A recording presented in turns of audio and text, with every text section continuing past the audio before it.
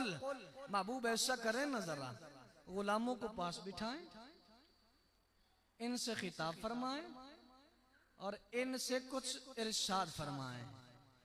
आज का कोई खतीब बात करे, मैं खिताब करूं, अल्लामा शहबाज मुजद्दिदी साहब खिताब करें, रब का कुरान पढ़ें, मुस्तफा का फरमान पढ़ें, आपको लुत्फ आता है।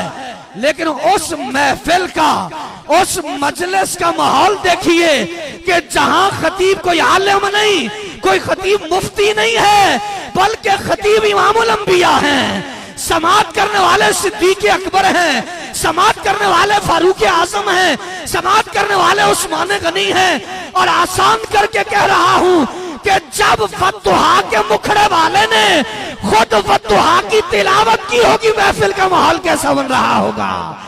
जब वल्लैल की जुल्फों वाले ने खुद वल्लैल पढ़ा होगा, जब ताहा की शान वाले ने खुद ताहा कहा होगा, तो उस महफिल का एनवायरनमेंट कैसे तब्दील होता हुआ नजर आएगा।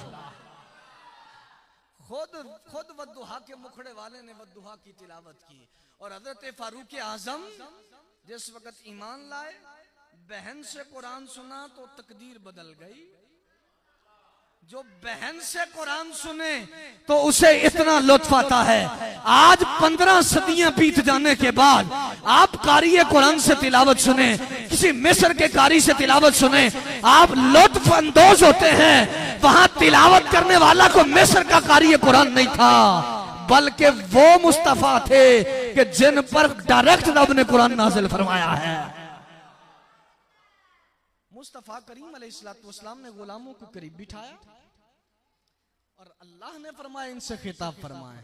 अब खिताब क्या हो रहा है, ला अस्अलुकुम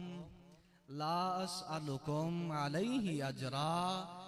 मुस्तफा फरमाते हैं कि मैं तुमसे कुछ नहीं मांगता। किस पर? तुम पत्थरों पे के सामने झुक रहे थे, मैंने तुम्हें वहदहू ला शरीक के सामने झुकाया। तुम झूठ बोलते थे, मैंने तुम्हें सच्चा बना दिया।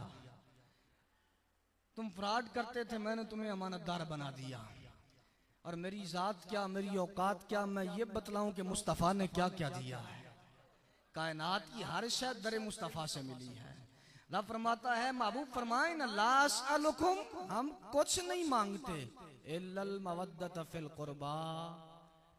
एक तरफ फरमाया कुछ नहीं मांगते, दूसरी तरफ फरमाया इल्लल मवद्दत फिल कुर्बा, आल की मवद्दत को मांग लिया है।